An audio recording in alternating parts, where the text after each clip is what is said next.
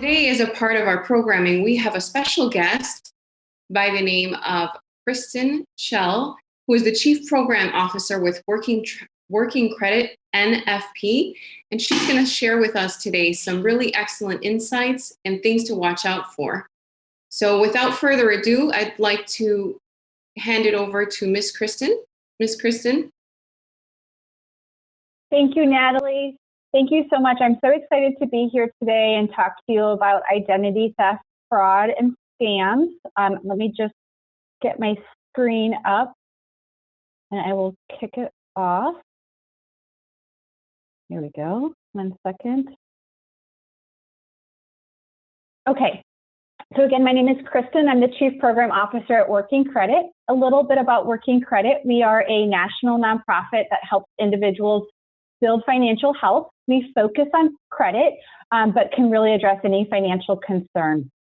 Our core program has 2 parts. One is a 45-minute workshop where we talk about kind of the ins and outs of the credit scoring system and rules of credit building. And then after our workshop, we offer participants the ability to work with us one-on-one for credit building counseling lasting 12 months. You can work with a coach for 12 months and who can also act as a counselor and a coach to help you to build credit and work towards financial health. We reach people right now through employers. We are an employee benefit company. Again, we are headquartered in Chicago, but we are a national company and work with employers all over the United States. And then we also work with strategic partnerships. So we have a partnership with City Colleges of Chicago doing a financial empowerment program, government agencies, nonprofit organizations, citywide initiatives like the Boston Builds Credit. And then soon we'll be working directly with consumers, and you can learn more about that on our website coming soon. But let me jump into identity theft. And I would not be surprised if everybody on this call or this webinar today has been a victim of identity theft or a scam, or knows somebody who's been a victim of identity theft or a scam. It's very rampant right now. And so today I want to kind of go over what it is, how to protect yourself, and what to do if you are a victim of identity theft. At the end, I will be including different links to resources that can help you through identity theft. You'll also have my information, so at any point after this workshop, if you want to call me or email me, I'm happy to ask questions too as well. There will be a question and answer session at the end, so while I'm speaking, if you do have questions, feel free to chat them and we'll get to them at the end. Okay, so what is identity theft? Identity theft happens when someone steals your personal information in order to commit fraud. They might steal information like your name, your address, your credit card, your bank account numbers, social security numbers, or like your health insurance information, so like your medical insurance account numbers. There are 3 main types of identity theft: child identity theft, financial identity theft, and medical identity theft. Child identity theft is when someone tries to steal your child's identity before they turn 18 years old. So this could become in a form of a fraudster. So somebody on the web who's stealing your identity. It could become in the form of a family or friend who steals your child's identity and uses that to open accounts, usually in the form of like a utility bill or like a cell phone bill. Financial identity theft would include when they steal your credit card, your bank account numbers, your name and your address. And then medical identity theft is when they steal your health insurance information and then try to get medical care in your name. How could identity theft, how do they use your information? They could buy they could buy things with your credit cards. They could get new credit cards or loans in your name. I've actually seen people have mortgage identity theft. So a mortgage is opened in a person's name. They can open phone, electricity, utility bills, a gas account in your name, steal your tax refund, get health insurance, get your medical care with your health insurance information, and then file for unemployment. And I'm going to talk a little bit more about unemployment, identity theft, and scams in just a minute, because those are really rampant right now during COVID-19. So that's identity theft. Let's talk a little bit about scams. Scams is a little bit different. Scam is when someone actually lies to you. So common types of scams include Social Security scams. So this is when like the Social Security, somebody from Social Security Administration calls you and says there's an issue with your Social Security number and tries to get that information from you. Romance scams, that's when, like if you're on a dating website, somebody creates a fake profile and they start chatting with you and talking with you and then tries to get you to send them money. IRS imposter scams, similar to Social Security scams. Tech support scams. My husband, a month ago, started getting tons of calls from Apple and saying that there was they're pretending to be Apple and saying that there was a problem with his Apple account and needed his credit card information to fix his Apple account. He knew it was not Apple, but he was getting like 10 calls a day from whoever it was trying to be Apple. Grandkid scams, these are really sad. This is when the scammer pretends to they find out information about you and then your grandkids, and they call you and say there's an issue with your grandkid. So like maybe like your grandkid is in jail and they need money to get you out of jail. And unfortunately, they know a lot about you. This also happened to my husband a couple of years ago with his grandmother, and it was very scary. Luckily, she didn't do anything. But they're banking on that vulnerability of a grandparent. Financial emergency scams are the exact, very similar. There's a family emergency, something happens, and they need you to send money. Phishing scams. This is with emails and text. I'm going to dive a little bit more into this in a slide in 2. And then unemployment scams. And again, we're seeing a lot of this due to COVID. And one thing that I know in Illinois, the Illinois Department of Employment Security discovered that people were getting text messages pretending to be IDES, in which they were either trying to get people to click on a link in order to give more information about real IDs or about unemployment. So like in an unemployment, they're saying that the text was saying that like an unemployment claim was placed even when the person wasn't unemployed, they were still working. And so what they were trying to do is get the person to click on the link and then fill out information. So lots of unemployment scams. In terms of unemployment identity fraud, I know IDES is seeing a lot of people using your information to claim unemployment when you're actually employed and working. And so this is becoming a real issue. So lots of scams going on.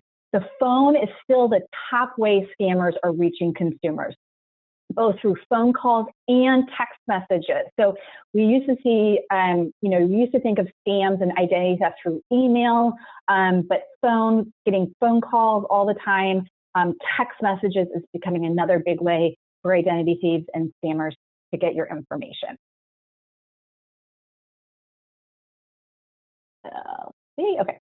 Okay, signs that it's a scam. Okay, scammers are going to pretend to be from an organization you well know, like the IRS, like Social Security, Apple, some company, your bank, your financial institution, your credit card company. They're always going to say there's either a problem with your account, or we've even seen where there's a prize. Congratulations, you've won a flat screen TV, or you've won an Apple monitor or an Apple computer. So it's going to be one or the other. There's a problem with your account, or there's this prize. But you have to act immediately. There's no thinking about it. There's no thought process. You just have to act immediately. And if you don't act immediately, you don't get the prize, or the problem is going to become bigger, right? And then scammers are going to tell you to pay in a very specific way.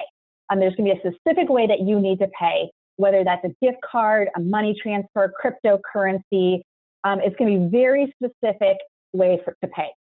Remember, government agencies will never call, email, or text you asking for money, information, or threaten you. So if they call you, they email you, they text you, and they're asking for specific information, like your credit card number, like your Social Security number, like your health insurance information, those government agencies are not going to do that. And it's likely that your bank is not going to do it. if you are worried that it is a scammer, that this is not a trusted person, hang up and tell them that you're going to hang up. If they try to keep you on the line, it is a scammer. Look up the real phone number, the real website, log into your account safely and securely, and try to deal with the problem that way. If it's not a scammer and it really is the IRS or the Social Security calling you, which really shouldn't happen, but if it is, they're going to understand that and let you call that trusted number. Okay, but look up that number. Don't use the number that they called you from. Don't trust caller ID. You know that there is software out there that can mask and look like it's the IRS calling you or look like it's the Social Security calling you, but it really isn't. So don't trust your caller ID when it says it's from your bank or your financial institution, your credit union, or the IRS or the Social Security number. Those can be masked, those can be changed, and it can be a scammer. Okay, I talked a little bit about this phishing emails and texts, but I want to dive into it just a little bit more because it is rampant right now. Phishing is a method of fraud or scam where they are trying to gather personal information using emails or text. So the one on the right-hand side is from Netflix. And what they're saying is that there is a trouble with your account. You need to click on this link where it says update account now and put in your new credit card information. This is a phishing scam. They are trying for you to put in your credit card information and they're going to try and steal your identity, okay? The email is going to look like from a bank, a credit card company, your IRS, an online store, but you're going to see in the URL or somewhere on the email where it just doesn't look right. It's not really a Netflix account. It's not really your financial institution. They're always going to talk about that there's some kind of suspicious activity or some kind of login attempts that have happened. They're going to claim there's a problem with your account or your payment information. They're going to say they need to confirm your personal information, include a fake invoice, or want you to click on a link. They might even offer you a free stuff. This is really all phishing, right? They're trying to get you to click on something, trying to get you to put in your information so that they can steal it from you and take it and then like open accounts in your name or use them in other ways. So be careful for these. Don't click on these links. If it is really a Netflix issue, go into your Netflix account, log in, see if there's an issue. Once you log into Netflix, it will pop up right away saying there's an issue with your account. If that doesn't happen, this is a scam. Okay. All right, let's talk about how to protect yourself from fraud and scam. It's really about securing your financial information. To secure your Social Security number, don't carry it. Don't carry your card in your wallet. Only give it out when necessary. Same thing with account numbers online. I know we're doing a lot. Consumers are doing a lot more of buying stuff online because of COVID. We're not going into the stores as much, but we're doing a lot of online shopping. Be very careful that you're using a computer or phone that is secure and that the site that you're entering your credit card information into is secure. Review your credit card and bank account statements regularly. I watch my bank account on a weekly basis and just make sure that the transactions are authorized. I know I made them. I look at my credit cards once a month. I don't use my credit cards as much, so I don't feel like I need to look at them. But whatever makes you feel safe, make sure you're looking at those regularly. The farther away you get from identity theft, so like if a transaction was made and then you discover it 6 months later, you can still fight it, but it just becomes more difficult. So you want to try to get it as soon as possible. Especially so they don't start using it more often in more accounts and that kind of thing. Review your credit report regularly. This is a really important document to review, especially in terms of identity theft. I'm going to talk about how you can do that in just a minute. Review your mail and your bills. Even that junk mail, you think it's junk, open it up, take a peek at it, make sure it's not, something saying like, oh, you just opened this account when you really didn't. It's not a new credit card. Somebody might have used your information and opened a credit card in your name and it was sent to you. So review your mail. It's really important, even when most of the time you might just get junk mail. Make sure you're looking at it and making sure that everything is not, an identity theft issue. And then be very careful about sharing your personal information, your birthday, your social security number, your account numbers. When someone asks for it, make sure it's safe and legit, and you're only giving it out when necessary. Oh, one second, I'm sorry. Okay. Okay, so that's how to protect yourself from becoming a victim. If you do become a victim of identity theft, the first step is to call the companies where you know the fraud has occurred. So if that's an IRS issue, if that's a social security number issue, you want to call those companies. If it's your bank account or your credit card and there's being transactions being placed, you want to call your bank and your credit card companies. If it's a new account opening, call that new creditor and get it closed right away. Then you want to go through and you want to review all of your bank and your credit card statements and make sure that there's not other signs of identity theft going on. You then want to get your credit reports, review your credit reports, and then place a fraud alert or a fraud freeze. I will get to that in just a minute, so hold on that. And then if you know the person that did the identity theft, that stole your information, you want to file a police report, and or you can get a copy of your Federal Trade Commission identity theft report and create a report and hold on to that, and that's going to help you to put a fraud alert and fraud freezes, and you can use those to identify and send those to your creditors to let them know that you're a victim of identity theft. But I'm going to get all to that in just the next slide. Okay, how do you monitor your credit report? Again, I told you to contact your creditors, which you should do by using the phone numbers that come on your statement or you find online, making sure it's a legit company. But then and then look at your transaction history, your bank account and credit card transaction history. That third step is to review your credit report. How do you review your credit report?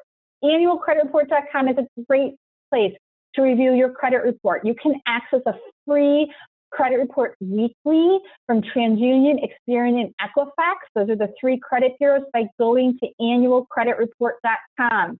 You used to only be able to pull your credit report once a year, but due to COVID, you're able to pull it once a week. So this is a great place to start. Monitor your credit report and pull those to make sure there's not other signs of identity theft or scam going on. Other ways to monitor your credit report other than annualcreditreport.com, Credit Karma is a great way to monitor your credit report and watch for identity theft. They're free. There are pros and cons to all of these, but Credit Karma is a great way. This is one way I monitor my credit report. I see it tells me if there's a new inquiry, if there's a new account opened.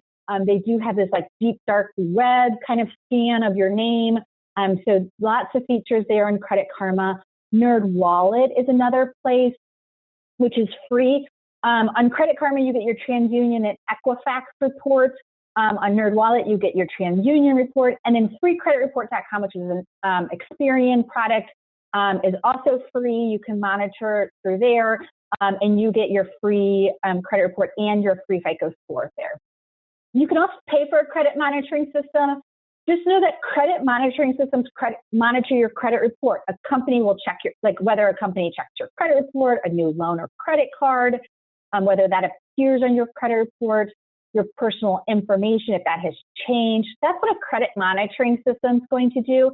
It's not going to alert you if a tax return is filed in your name or if someone's using your health insurance information like your Medicare or your Medicaid or your Social Security information, or if someone withdraws money from your bank account. So there's pros and cons of paying for a credit monitoring system. All of the bureaus offer credit monitoring systems for a monthly price.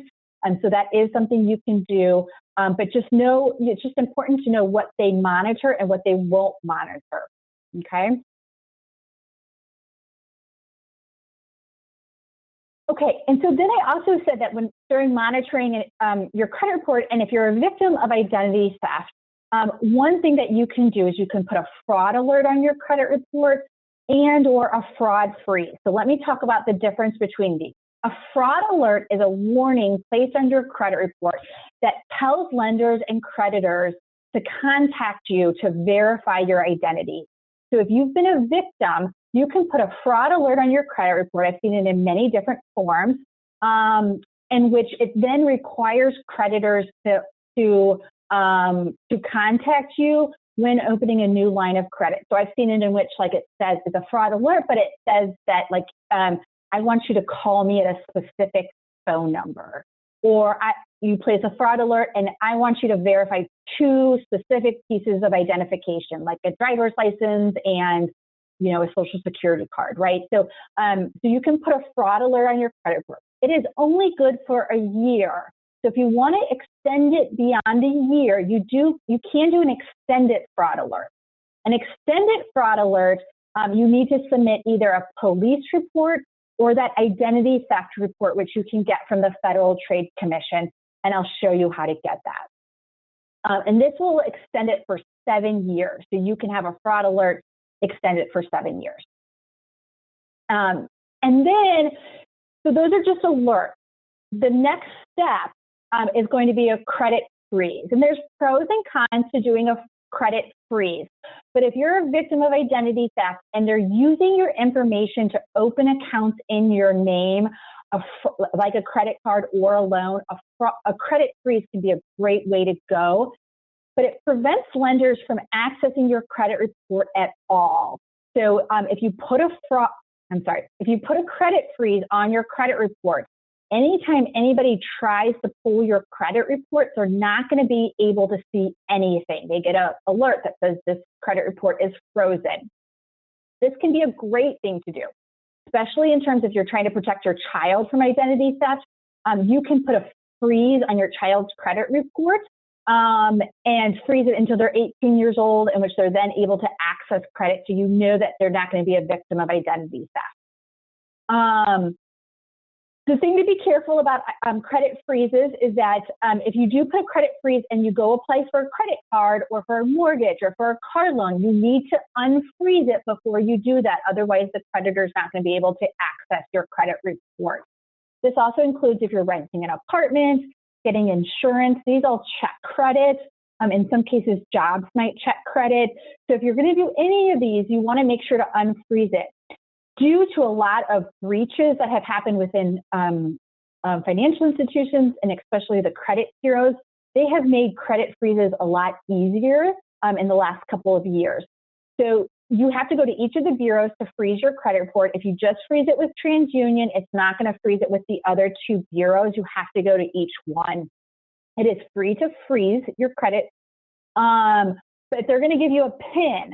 And you want to make sure you hold on to that PIN number. If you have that PIN number and you need to unfreeze it, it should be very easy to unfreeze your credit report if you need to access it or somebody needs to access it that you're allowing to access it.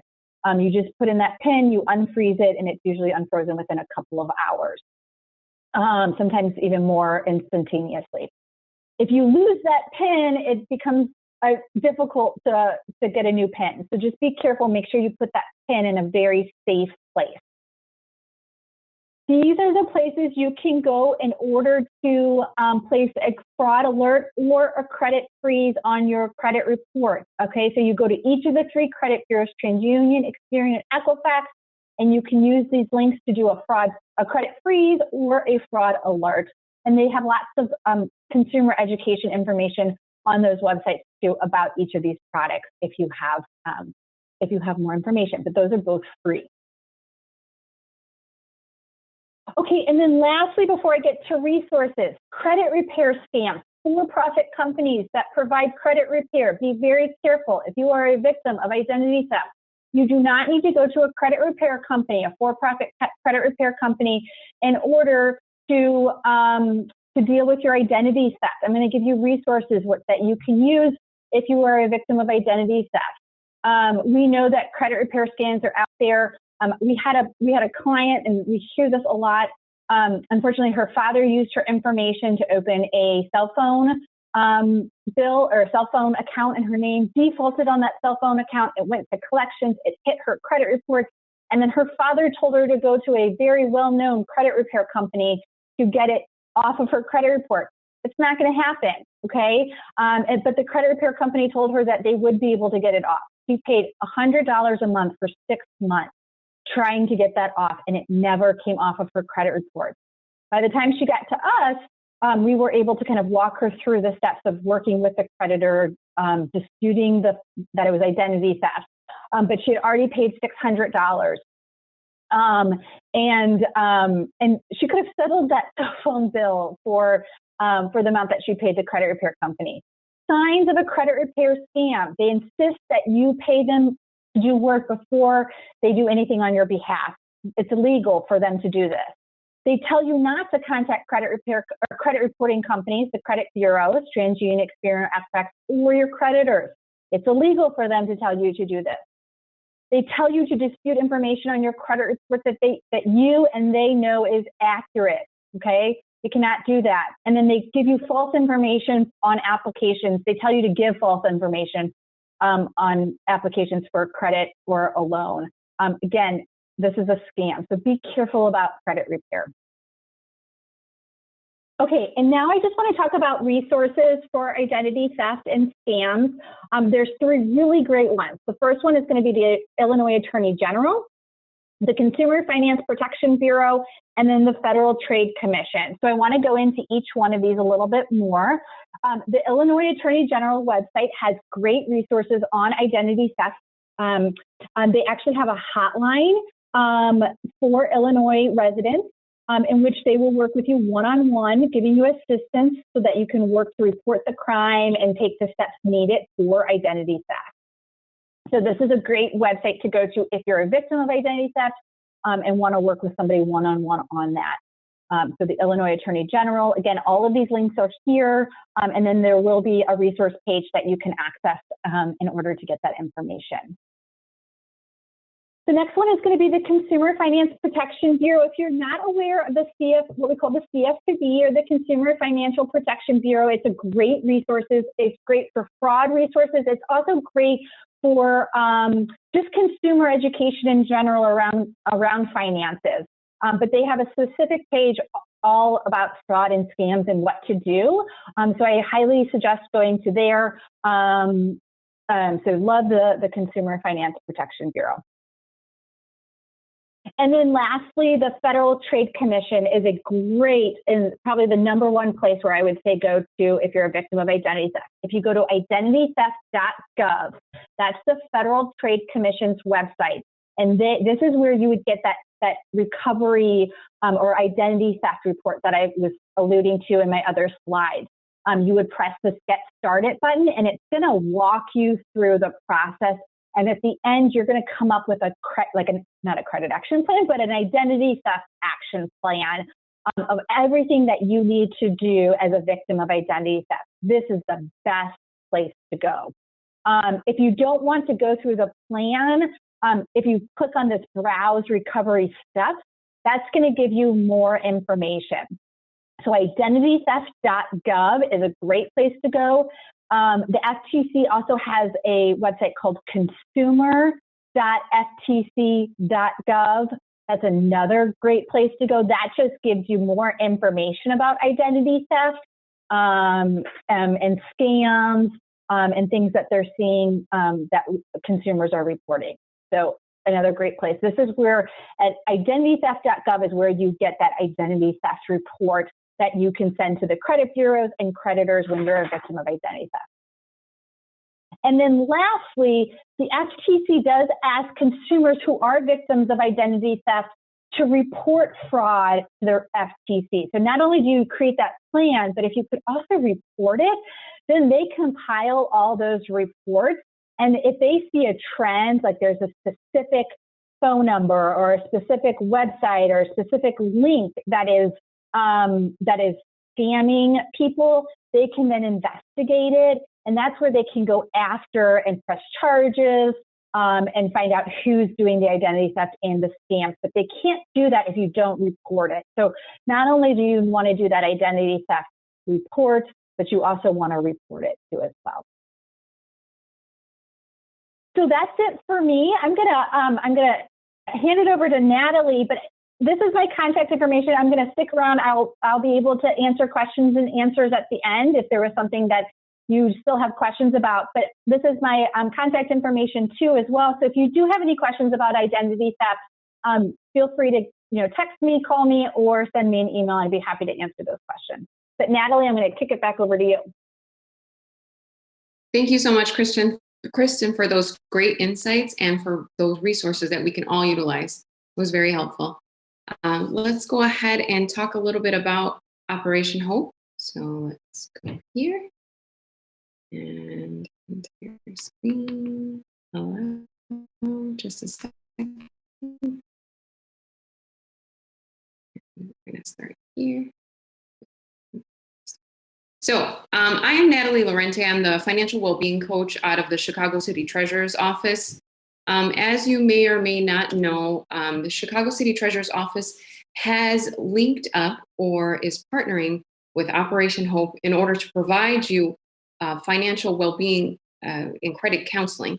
So what does that mean, or what does that look like? Well, let's talk about it further. So if you haven't had an opportunity already, please go to this website. It's the Chicago City Treasurer's website, or Hope Inside. It has the updated webinars that you can anticipate every Wednesday, and just general information on how to sign up. For example, the workshops that are up and coming, building tips and tricks about building wealth today for tomorrow, and just really talking about our initiatives. So Hope Inside is offering credit and money management resources to all Chicago residents and small business owners. It's really meant as a complement for anyone that needs assistance with debt.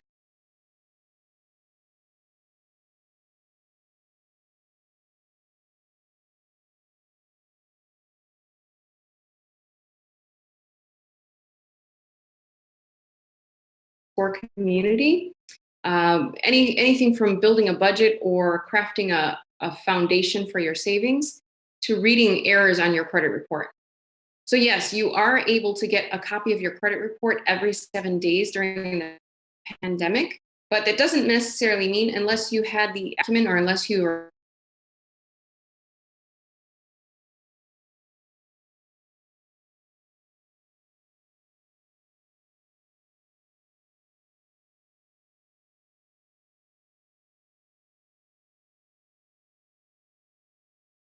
that information that perhaps you didn't have before. And then finally, coaching sessions are offered with either myself or one of the coaches on the Chicago team to help you better understand your credit position or your standing, of anywhere from FICO scores to creating an action plan, which we will talk more about a little bit later. So in essence, we're here to serve you. Now, with the Chicago City Treasurer's Office partnership, we do take your privacy seriously, and counseling sessions between you and your financial well-being coach are 100% private and confidential and free of charge. So since the Chicago City Treasurer's Office has partnered with Operation Hope, it's a service that's being offered to residents absolutely free. And again, Operation Hope does not share your information with third parties, not even family members or friends or colleagues. That's totally out of the question. And there you can see. So we do take your privacy serious. Should you have any questions, you can email me directly at the email address below. Okay, so a couple of quick things, quick rundown. More seriously as we work one-on-one, or if you had questions offline, there are 5 components that make up a credit score. These are, as you can see from the chart, payment history, which is the largest component. So anyone that would have a collections or an unpaid balance, that your score would take a hit. It accounts for 35% of your payment history. Those little caveats are included. Then we have total debt utilization, which accounts for 30%. So I'm not sure if you've heard of it before, but if you have not, I encourage you to do a quick Google search on credit utilization. The rule of thumb is 30%. So what does that mean? That means if your bank allows you $1,000 as a credit limit, At no given time should you really carry a balance of anything higher than $300. Why? Because it's tied to your score. So it's the rule of 30% credit utilization, and it also accounts for 30% of your FICO score. So if you forget anything today, remember the rule of 30.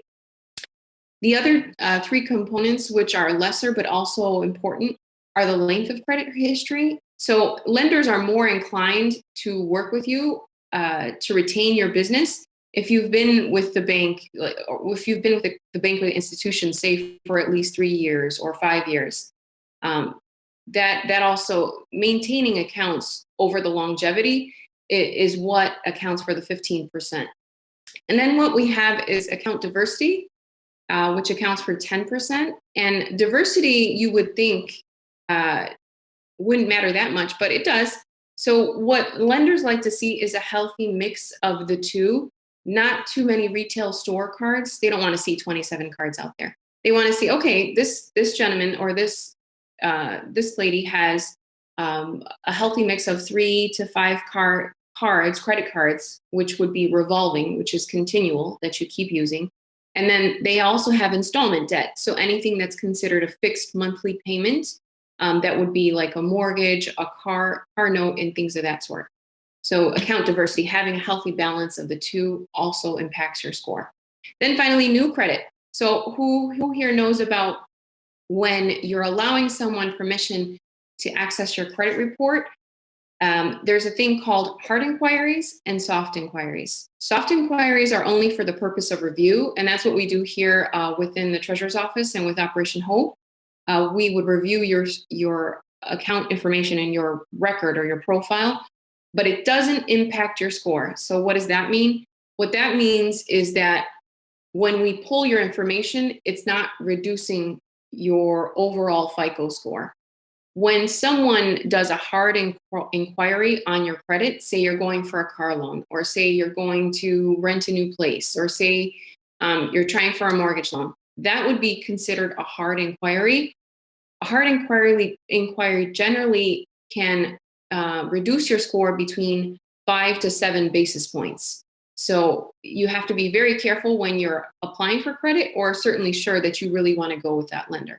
So here's the 5 components. Next up. So since the Chicago City Treasurer's Office is offering this service to all residents of the city of Chicago free of charge, let's understand kind of what a counseling session with a financial well-being coach would look like. So what is the goal? What is it that a coach can really do for me? Well, we have 3 key objectives. One is to increase your credit score. Generally, clients that work with myself or anyone on my team see an overall credit increase within the first 3 months. It depends on how motivated you are, but generally between 30 points, or it can be greater. Secondly, we want to reduce your debt to help you offset some of those expenses and see things, improve for you. And thirdly, we like to see an increase of savings. Oftentimes in conducting a budget, you'll be quite surprised on how much money is being spent on, even during the pandemic, on Starbucks or eating out, or especially subscriptions. Those can really sneak up on you. Okay, so during the initial conversation with your coach, or during your first booking session, a goal is determined of what you're trying to do of these 3 key objectives. Is it your score? Is it getting rid of that debt? Is it your savings? So a goal is determined.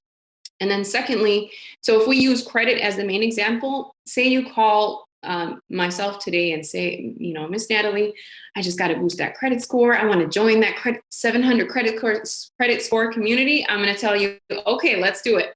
So a coaching session would follow by appointment.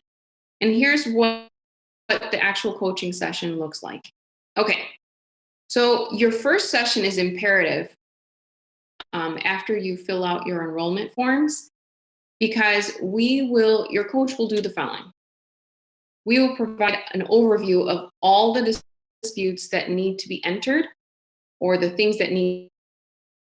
These are the things that you need to accomplish, and this is these are the words that you need to say in order to do so. So we really prep you for that, either a call or providing letters, crafting letters for you for dispute, or if you need to file a formal complaint with the Consumer Finance Protection Bureau, we would definitely walk you through that. So we do a lot more of the one-on-one basis of not only teaching you, but helping you through it. So today's the day to repair your credit. Following the session, what you can anticipate is just as we said, a formal work plan of from A to Z, according to priority, what you need to get done first in order to accomplish your goal, whether it's reducing your debts, getting that savings in order, or just boosting your credit score. We break down everything for you, as you can see in the example here. And that's considered your action plan to work off of. And it's generally up to you how quickly you can work through these, or how much money you have on hand in order to settle, for example, some things that need to be taken care of. So that's what you can expect. And then finally, within Operation Hope, we have other coaching programs. So our main feature, obviously, is credit repair and money management. However, we do have a small business program within Operation Hope that will help you set up a business from A to Z and understand the background behind it. There are formal classes on 8-week course that you would take. And at the end of the course, your small business coach would help you to find grant resources. Operation Hope has signed a contract or a partnership with Shopify for 1 million Black businesses by 2035. So there are grant funds that you could qualify for at the end of the course. Then same holds true for the home ownership side. We have HUD.gov certified coaches ready to assist you, and they will help you by taking a formalized kind of like I believe it's an 8-week session as well, where they teach you A to Z, the common pitfalls and things to watch out for and what to expect when you go to buy your first home, just to better prepare yourself. And at the end of the session, I do believe they offer some type of resources, or it qualifies you for grant assistance. Say, for example, you are already a homeowner, that's fine. Or if you find yourself in trouble, we do offer assistance for foreclosure or just advices from our certified coaches. So keep us in mind. I wanted to let you know that there is an upcoming workshop next Wednesday for home ownership. Please join us next Wednesday. And then if you're interested in credit counseling or want to begin or just want to ask a general finance question, you are welcome to book an appointment with me today. Here's the link and the phone number. So we'll leave that for a minute or so, and then we'll open up to questions in just a minute.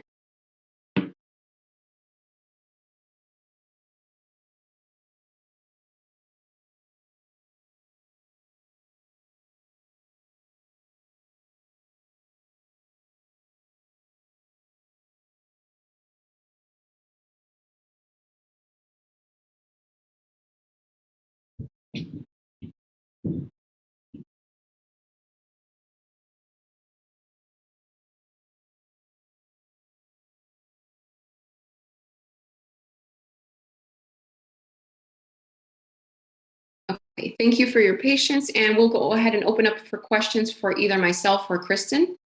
Feel free to post it in the chat.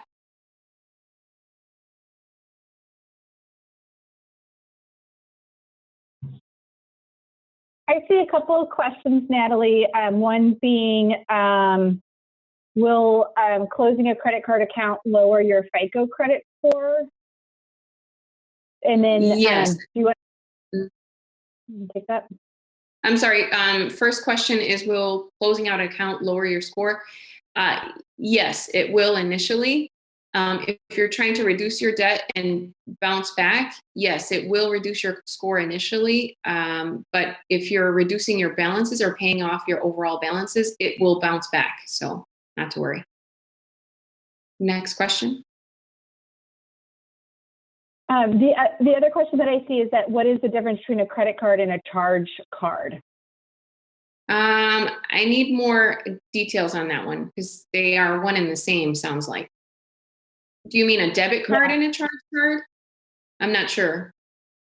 I'm thinking that they probably mean charge card in terms of a retail card, like a store credit card, in which they pretty much are the same. One just comes from a store, and then the other would come from like a financial institution, like a Capital One, Citibank, Discover, that kind of thing. I mean, a retail card can generally only be used in stores or affiliate stores. A regular Right. card can be used anywhere.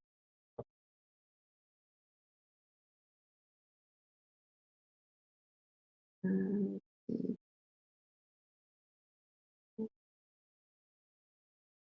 So I see and a question there's about why is it difficult to get your Equifax credit report online?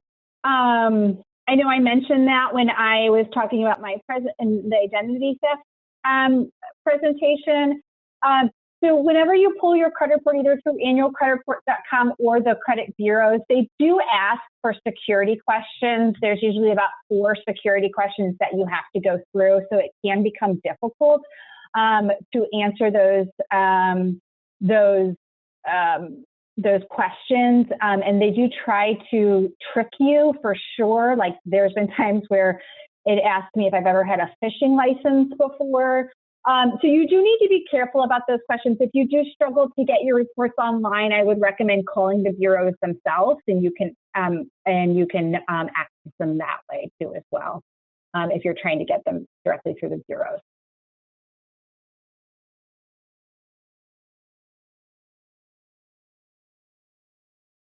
I see a question about that somebody had a identity theft a couple of years ago. A cell phone was purchased in their name.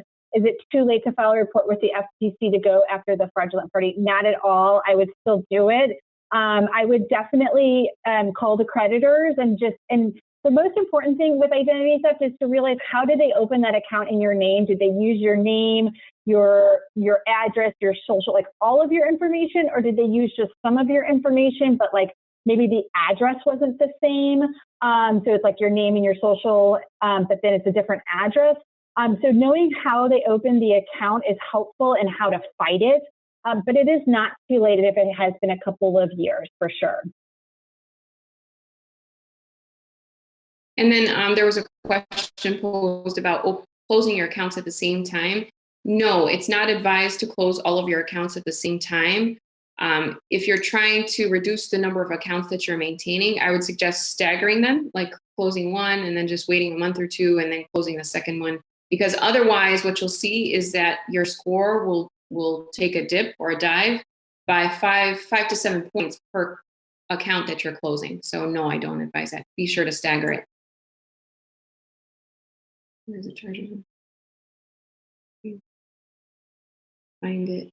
Okay, next question is posed about banking issue. It says, my bank did find a charge. Let's see, there was a charge I didn't do in my bank's debit card.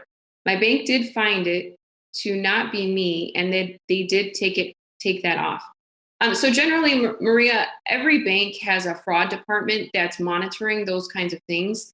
Oftentimes when you go to merchants, even if it's like a Walgreens, or say you're using an ATM that you don't use often, they can gain access to your information through those terminals. So the bank, it seems like they caught it in time. That's not, I wouldn't say that's considered identity theft. I would say that's more on the fraud side. And if I'm not mistaken, as long as you report it within the first 30 to 60 days, banks will offer you a provisional credit. They'll give you your money back. And then they do like a background investigation. So advise me to do. I guess, Maria, either you can speak to myself or Kristen offline if you wanted to find out more information. We'd have to get no specifics, like how long ago and what happened. So we'd be either of us would be happy to help you.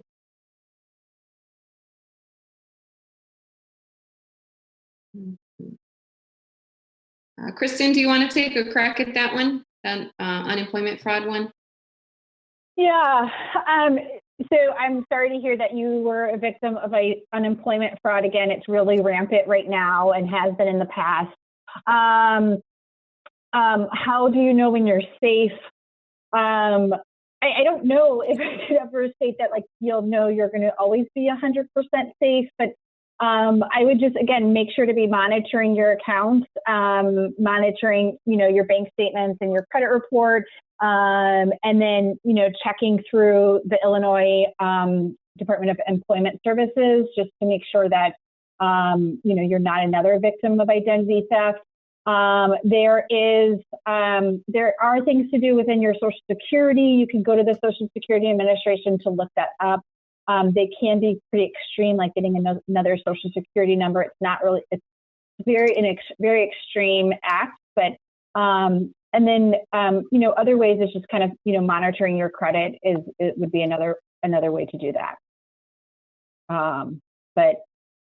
Happy again to talk to you offline a little bit more about the specific situation and what happened, and if there's other steps that you can take.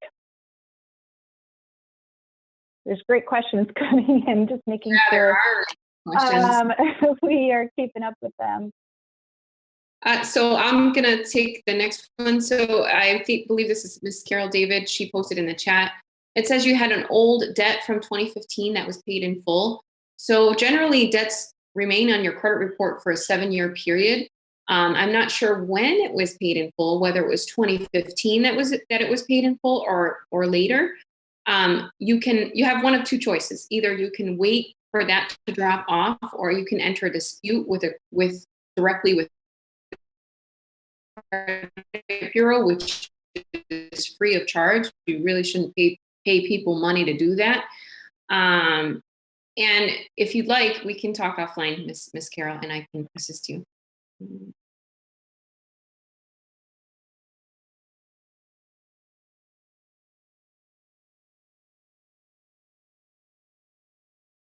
There is a question about how do you stop the harassing phone calls regarding if you have a health condition. I guess they're asking a lot of questions about the person's mother. I don't know. It depends on who it's coming from. If it's coming from a hospital or a doctor's providers, I'm not too sure there's much you can do other than just tell them to stop calling. If it is a spam or a national company, there are two places where you can put your name on a list. One is the National Do Not Call Registry through the FTC. Again, the Federal Trade Commission, the same website that I recommend for identity theft. There is a National Do Not Call Registry. This does not protect you from all unwanted calls, but can help. And then the FCC has a Stop Unwanted Robocall and Text list that you can put your name onto. Again, it's not going to ultimately stop all calls, but it can help. So that's through the FCC.gov. We had an anonymous attendee asking about help with home ownership, and we're going to address home ownership in our next week's session next Wednesday. Please be sure to join us at 12 o'clock. So we're going to have some expert panelists speaking on the matter. So I'm sure we can address it then. Okay, so we really want to thank you for joining us today. It was a really impactful session, learning about how to protect yourselves and how to fix what's wrong going forward. We welcome you to join us for next week's session on home ownership. And thank you so much for your time.